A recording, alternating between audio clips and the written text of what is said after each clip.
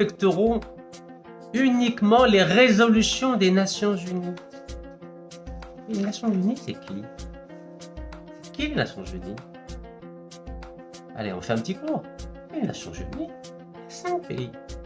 C'est eux les Nations Unies. Donc si ces 5 pays qui ont le droit de veto, c'est-à-dire qui ont un siège permanent au Conseil de sécurité des Nations Unies, je répète les noms, États-Unis, Russie, Chine, Angleterre, France. Si ces 5 pays sont d'accord, ça devient une résolution du Conseil de sécurité des Nations Unies. Mais là, vous avez compris, j'espère. Pour l'instant, il y a 4 pays qui approuvent le plan d'autonomie marocain au Sahara occidental. Il suffit que la Chine soit neutre, je dis bien soit neutre, et ça fait 5. Et donc, ça devient une résolution du Conseil de sécurité des Nations Unies. Donc, si ces 5 pays, dont 4 sont favorables pour l'instant, États-Unis,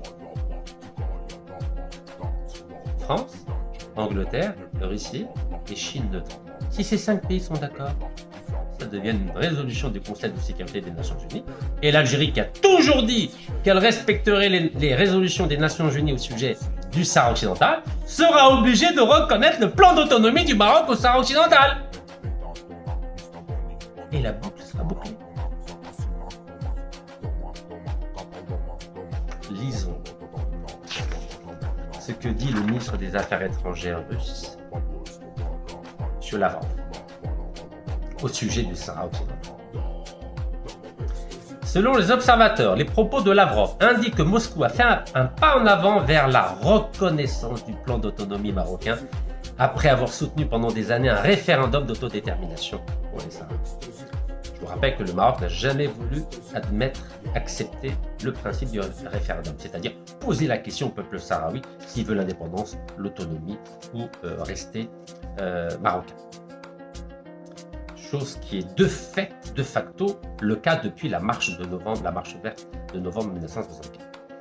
Il note que la Russie semble s'aligner sur les grandes puissances qui ont adhéré à l'initiative marocaine, ce qui laisse penser que l'Algérie et le Front Polisario pourraient bientôt faire face à une position plus explicitement pro-marocaine de la part de Moscou.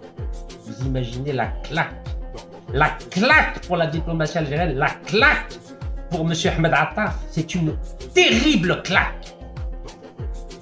Pour la première fois, là je vous dis c'est une tragédie qui est en train de se dérouler sous nos yeux. Le gouvernement russe a accueilli favorablement la proposition d'autonomie du Maroc, la considérant comme une solution réaliste pour mettre fin à un